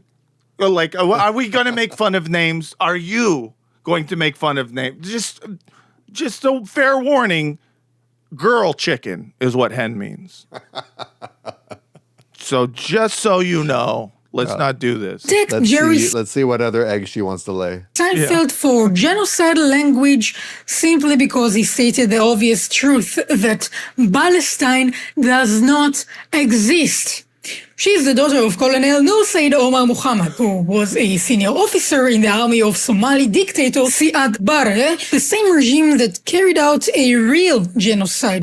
It's really hard listening to this shit. I'm just, holy crap. I didn't say it was good. Oh. Against the Isaaq tribe in northern Somalia between 1987 and 1989. Between 50,000 and 200,000 people were murdered through systematic bombing of cities, mass executions, and organized rape. Her own father... Just the way she's... A lot of hard R on organized rape. served as a high-ranking officer in that murderous regime. And yet, Here she is, a Muslim politician who arrived in America as a refugee, using her platform to lecture Jews about genocide and genocidal language. She also used takia. We all know what that means. This is not... Takia... She also used takia? What is she talking about? So takia is this concept that was popularized after the beginning of War on Terror, that all Muslims are secretly super fundamentalists, but you have to hide that you're super fundamentalist. Oh, I thought takia was one of the shofar sounds, Takia. As far as I know, she's referring to that. I don't know what she means there, other than she's just saying that that Ilhan is practicing takia, which is super Islamophobic right-wing talking point. It's also a bastardization of what takia actually means. It's about just like jihad, just like everything. Every concept that from Islam that is made into a boogeyman. Right. In this case, it's about like the safety. It's like, hey, if you need to say you're not Muslim for the safety of yourself, then that's okay. You're not gonna. God won't be mad. And in this case, right wingers use it to say that all Muslims are secretly ISIS or some shit. So good shit. Hypocrisy. This is psychological projection on steroids. She even insists that Palestinians are a distinct ancient ethnic group. That's embarrassing. The Philistines, they came from Crete. I see you're doing some psychological projection pretty hard. Maybe I can help you with that. I can help you with that. Wow. What a terrific video. Very much. The people she's talking about are Arabs who invaded the area, mainly from Egypt, Syria, Jordan in recent centuries. But if you want to send them to Crete, by all means, do. Ilhan, before accusing Israel of stealing land, which, by the way, he didn't, maybe first acknowledge the actual genocide your own father's army helped commit against the Isaac people, because the projection is pathetic. Oh, it's one of those videos where you could not find a single screenshot that isn't grotesque. Like every expression, it's very like 2018 lib coded too. Like yes, that woman in her car screaming about how there's a Cheeto in the White House or whatever. Yes, it's got that kind of hysteria and unfunniness. Yeah, it's she's doing a clap back, but it's it's really hard to pay attention to that when you're just like, I could land a plane through that gap in her teeth. It's a gap. It's a clap back, but it's like it's a seal, Yeah, that's right. Exactly. It's a clap back, but you're asking for fish. Or truly fun little grotesque video there. Love when you have to keep an eye on Hen Papierman. Yeah, Hen, you're going places. The chicken coop, most likely. Before we get out of here, Gwyneth Paltrow. Oh my God. I think we have to talk about Gwen. Yeah. We either do it now or we do it never. And the way I'm looking at it is we need to talk. We need to talk about Gwyneth. Gwyneth has had a very interesting career. She is a Nepo baby in Hollywood, won an Oscar, started a brand called Goop. What's that? Her parents are who? Oh, is she not a Nepo baby? Did I make that up? I believe she is. I just always forget who her parents are. Yeah, I'm sure Adam knows, but it is of the famous Paltrows. Probably there's a Paltrow out there whose name is in there. There we go. Private chat. Bruce Paltrow and Blythe Danner. Two people. Blythe Danner. Yeah. Broadway legend. That's right. I used to have a children's record when I was a kid of her reading a Morris Sendak story called Pierre. Oh, well, that's fun. Pierre said, "I don't care." She sounds like a female Harvey Firestein. Oh, fun. Always wanted female Harvey Firestein. I mean, it's a great voice. I guess so does the what is Natasha Lyonne sort of sounds like that. Yeah. It's in that smoky vein. But she's famous actress, Nepo baby, whatever. She started Goop. People putting eggs in their pussy. Fine. You gotta put a yoni egg in there. I don't care. I've never really been for like hating on Gwyneth Paltrow for being sort of, this wellness type of celebrity because you see so much of it. And, if you're going to do that, as long as you're not, spreading insane misinformation about raw milk or about what pasteurization does, then I don't care. Whatever helps people get through the day. I did not know her commitment to support for Israel until very recently. Yet another one of these fucking health, wellness, trauma-aware people who it turns out are complete Zionist assholes. Yes. Like literally 2 of the people who blurbed Myth of Normal have turned out to be very monstrous. Mayim Bialik, my dad went on her podcast. She's fucking terrible. And now Paltrow, who I think on some Goop magazine they did a nice write-up of the book. Yeah, it's almost as if the wellness industry is full of charlatans and assholes. Yes, very much so. And this is, maybe no surprise to some people, but to me it was a little bit shocking in terms of the tone deafness. So Gwyneth Paltrow, amidst all of the pogroms going on, the genocide going on, the open apartheid, the open ethnic cleansing, she decided to put out an ad for a building in beautiful, sunny Tel Aviv. No, Herzliya. Oh, that's right. That's right. Even better, in Herzliya. Named after Herzl. Yes, named after Herzl, not named after hurting so good. Here is that ad. Oh, not again.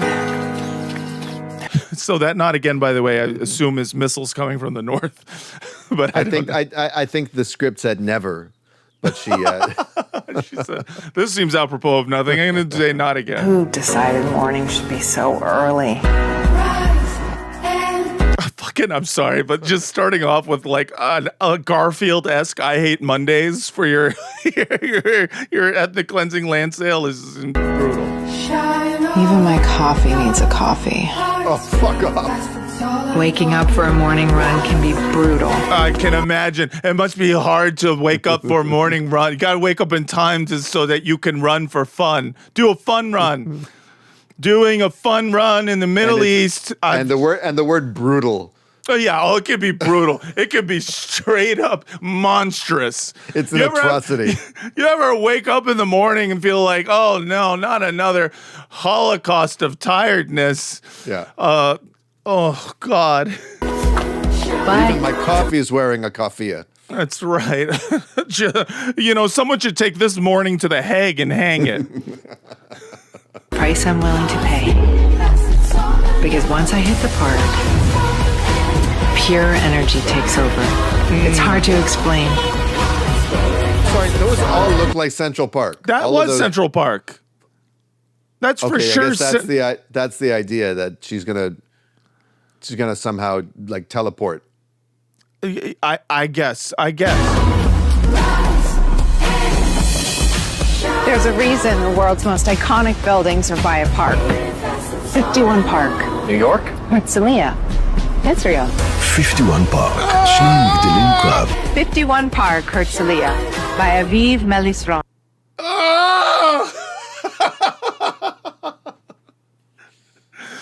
Maybe your ad shouldn't be about how much fun you have running in Israel. Just maybe using the word brutal, a little inappropriate.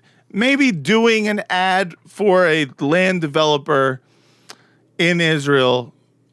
Like all of this, I hate to boil it down to optics because it should be like a moral thing. But at least give me that. At least give me an attempt at living in the reality we all currently live in. You know what I'm saying? And not just immediately just be like, no, this is the bubble I live in. We talking about how much we love land in Israel and all the time. Oh, Herzliya. But it is tough for Hollywood actors. She's clearly going to face massive consequences for this flagrant act of Zionism. Oh, absolutely. I feel bad for her. I feel really bad. I mean, she's really gonna get it. She's really gonna get in trouble. That's the whole thing. At least she's not selling land in like Ma'ale Adumim or settlement. I'm sure that's next. 52 Park. Yes. Yeah. At least 67 Park. At least it's not in, Area C, I suppose. Yeah. But this is another video here. It says Gwyneth Fam History. What is this video? This is her with Tishby, I think. Oh, wonderful. So here's a little background, and maybe I should have known that this was not abnormal for her to take such a tone-deaf stance on Israel, because you talked to the Tish. I came to find out that I'm from 17 generations of rabbis. That's amazing. Yeah. I'm basically here with Rebbitzin Paltrow. Paltrovich. Wow. Very indigenous. Okay. I love how they slowed it down. Guys, she's saying it. There is something about like the way some people talk about the Jewish name changes in Hollywood where they're like, you see? And it's like, guys, Jews have been saying they're Jews in Hollywood for like 40 years now. We don't need to slow it down like you just caught them on camera. It's very weird. Paltrovich, that's what it is? That's what it was. Oh my God, I'm here with Rebbitzin Paltrovich. I like the skull emoji there. That's what it was. Wow. Until all the Petroviches were wiped out. Yeah, I mean, oh God, just that's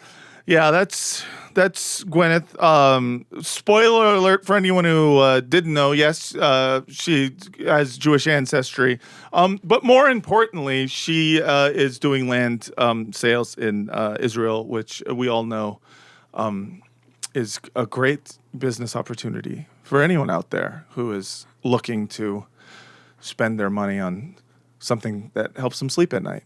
I think we can all learn a little something from good old Gwen. Just shut your eyes, close your ears, and make some fucking money, dog. Make that money. You know, it's not blood libel if you like the blood. That's been our episode. I guess that's all I have to say about that. Very happy to have had Waj on. Once again, please follow him wherever he goes. Follow him home. And then, hang out with him. Just kidding. Just follow him on Substack. Subscribe to him there and follow him on social media. And also do that with us. Patreon.com/badassbara. Badassbara@gmail.com for all your questions, comments, and concerns. All right, everyone. Thanks again so much for listening. Great to be back. And until next time, from the river to the sea. Don't buy land from the untalented Mrs. Ripley. Oh, that was good. She is talented, but fuck her. I mean, it's a great movie. It is. I love that movie. Jumping jacks was us. Push-ups was us. Krav Maga us. All